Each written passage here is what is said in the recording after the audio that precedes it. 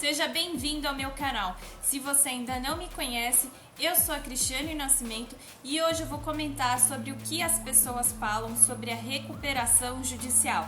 Mas antes, já deixe o seu like e se inscreva aqui no canal. Vamos começar?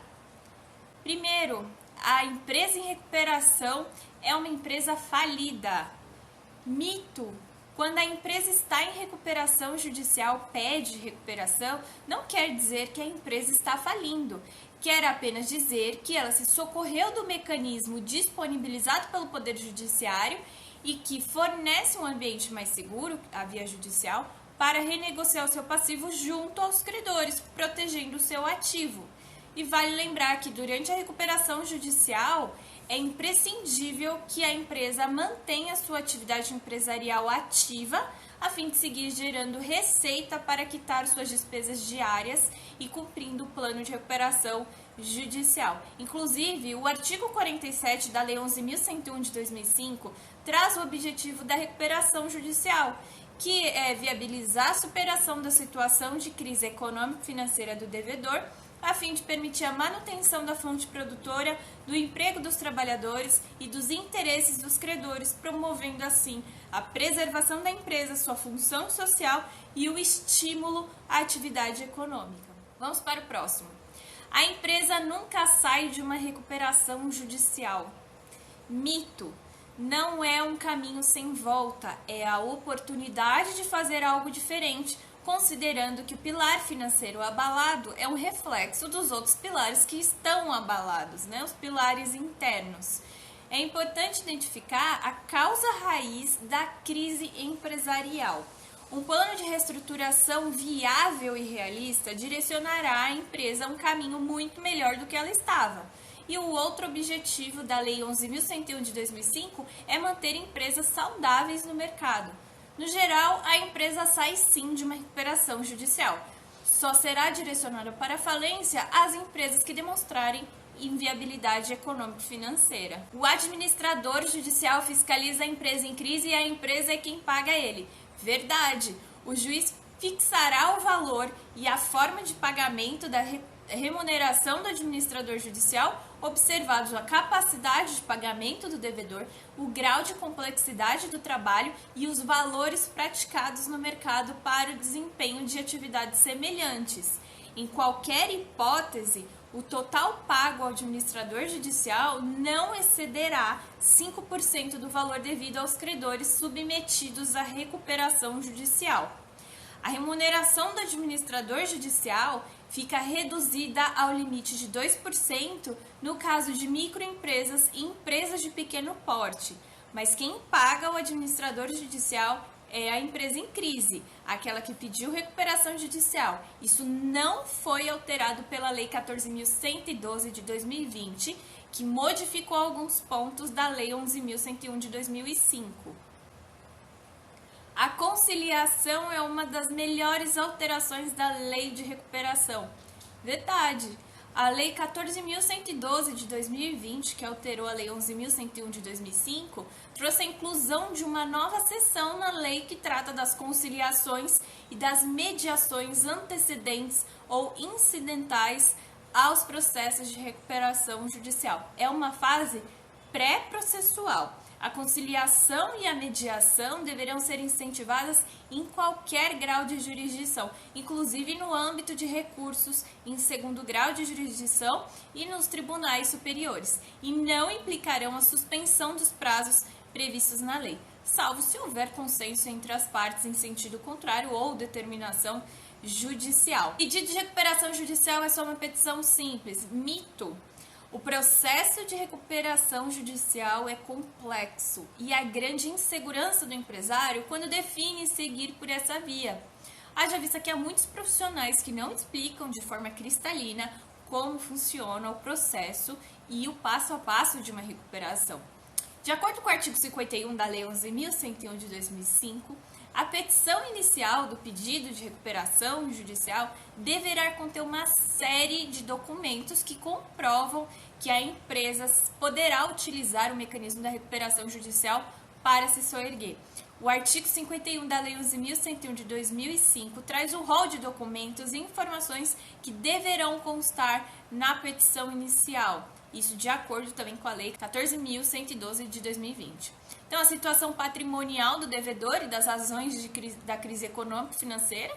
Essa exposição deverá comprovar a crise de insolvência caracterizada pela insuficiência de recursos financeiros ou patrimoniais com liquidez suficiente para saldar suas dívidas. As demonstrações contábeis relativas aos 3 últimos exercícios sociais e as levadas especialmente para instruir o pedido, confeccionados com a estrita observância da legislação societária aplicável e compostas obrigatoriamente de balanço patrimonial, demonstrativo de resultados acumulados, demonstração do resultado desde o último exercício social, relatório gerencial de fluxo de caixa e sua projeção, descrição das sociedades de grupo societário de fato de direito, relação nominal completa dos credores, sujeitos ou não à recuperação judicial, inclusive aqueles por obrigação de fazer ou dar, com a indicação do endereço físico e eletrônico de cada um, a natureza, conforme estabelecido nos artigos 83 e 84 da Lei 11.101 de 2005, e o valor atualizado do crédito com a descrição de sua origem e o regime dos vencimentos. A relação integral dos empregados, em que constem as respectivas funções, salários, indenizações e outras parcelas que têm direito, com o correspondente mês de competência e a discriminação dos valores pendentes de pagamento. Certidão de regularidade do devedor no registro público de empresas, o ato constitutivo atualizado e as atas de nomeação dos atuais administradores, a relação dos bens particulares dos sócios controladores e dos administradores do devedor, os extratos atualizados das contas bancárias do devedor e de suas eventuais aplicações financeiras de qualquer modalidade, inclusive em fundos de investimentos ou bolsa de valores, emitidos pelas respectivas instituições financeiras. Certidões dos cartórios de protesto situados na comarca do domicílio ou sede do devedor e naquelas onde possui filial. A relação subscrita pelo devedor de todas as ações judiciais e procedimentos arbitrais em que este figure como parte, inclusive as de natureza trabalhista, com a estimativa dos respectivos valores demandados, o relatório detalhado do passivo fiscal e a relação de bens e direitos integrantes do ativo não circulante, incluídos aqueles não sujeitos à recuperação judicial, acompanhada dos negócios jurídicos celebrados com os credores, de que trata lá o artigo 3º do artigo 49 da Lei 11.101 de 2005. Tudo isso de acordo com a Lei 14.112 de 2020. Parece simples para você a petição inicial? Não é simples. Vamos para o próximo. Para aprovar o plano de recuperação judicial, é obrigatório instaurar uma Assembleia Geral de Credores para a votação da proposta. Mito. Apresentado o plano de recuperação judicial pela empresa, se não houver objeção dos credores quanto à proposta, o magistrado homologará e concederá a recuperação judicial da empresa sem assembleia.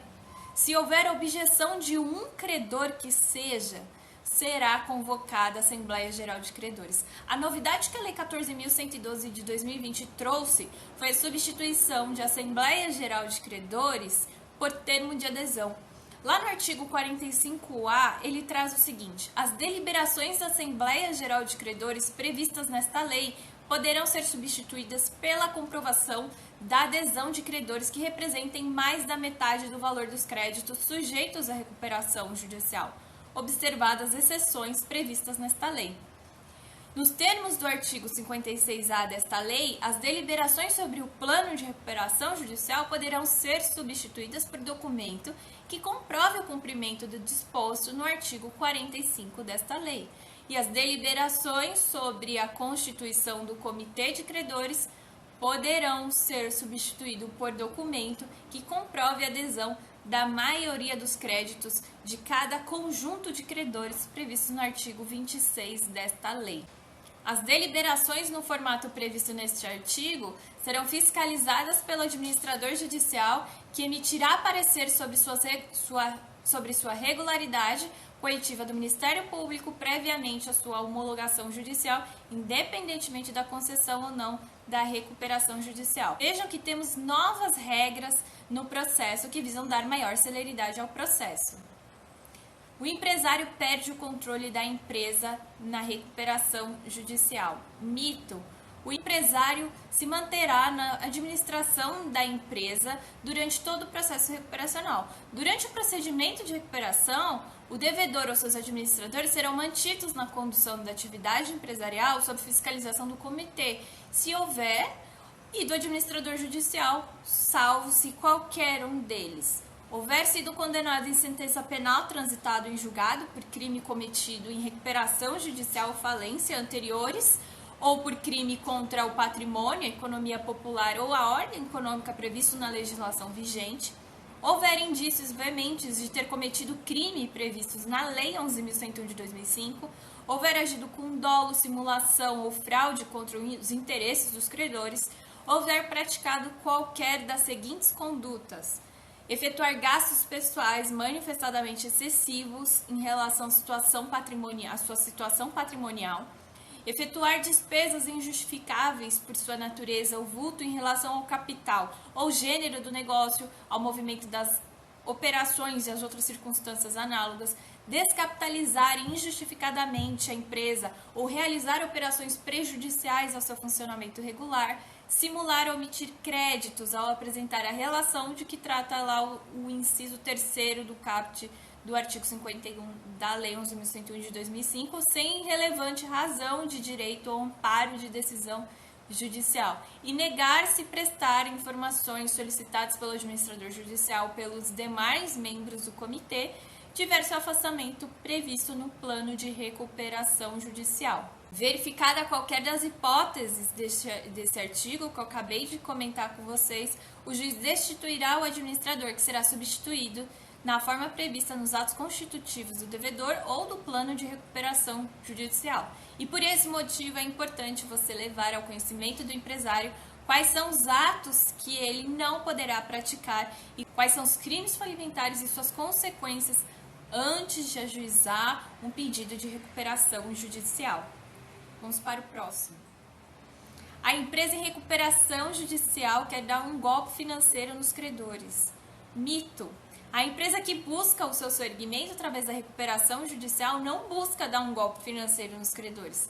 Ela busca renegociar o seu passivo com os credores, ajustando a melhor forma de pagá-los de acordo com a sua situação atual, que é de crise econômico-financeira. Próximo. A redução salarial é um meio de recuperação judicial da empresa. Verdade.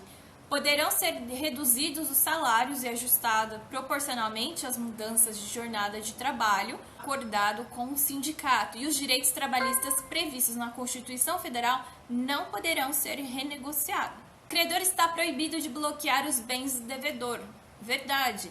Essa alteração da lei de recuperação, trazida pela Lei 14.112 de 2020, em seu artigo 6º, diz o seguinte: a decretação da falência ou deferimento do processamento da recuperação judicial implica na suspensão do curso da prescrição das obrigações do devedor sujeitas ao regime desta lei, suspensão das execuções ajuizadas contra o devedor, inclusive daquelas dos credores particulares do sócio solidário relativas a créditos ou obrigação sujeitos à recuperação judicial ou à falência, proibição de qualquer forma de retenção, arresto, penhora, sequestro, busca e apreensão e constrição judicial ou extrajudicial sobre os bens do devedor, oriunda de demandas judiciais ou extrajudiciais, cujos créditos ou obrigações sujeitem-se à recuperação judicial ou à falência.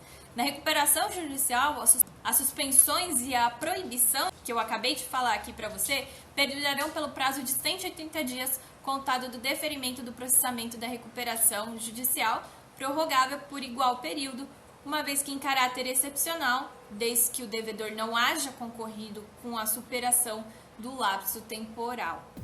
Esse vídeo foi sobre a verdades e mitos sobre a recuperação judicial. Gostaram? Não se esqueça de deixar o seu like e se inscrever aqui no canal.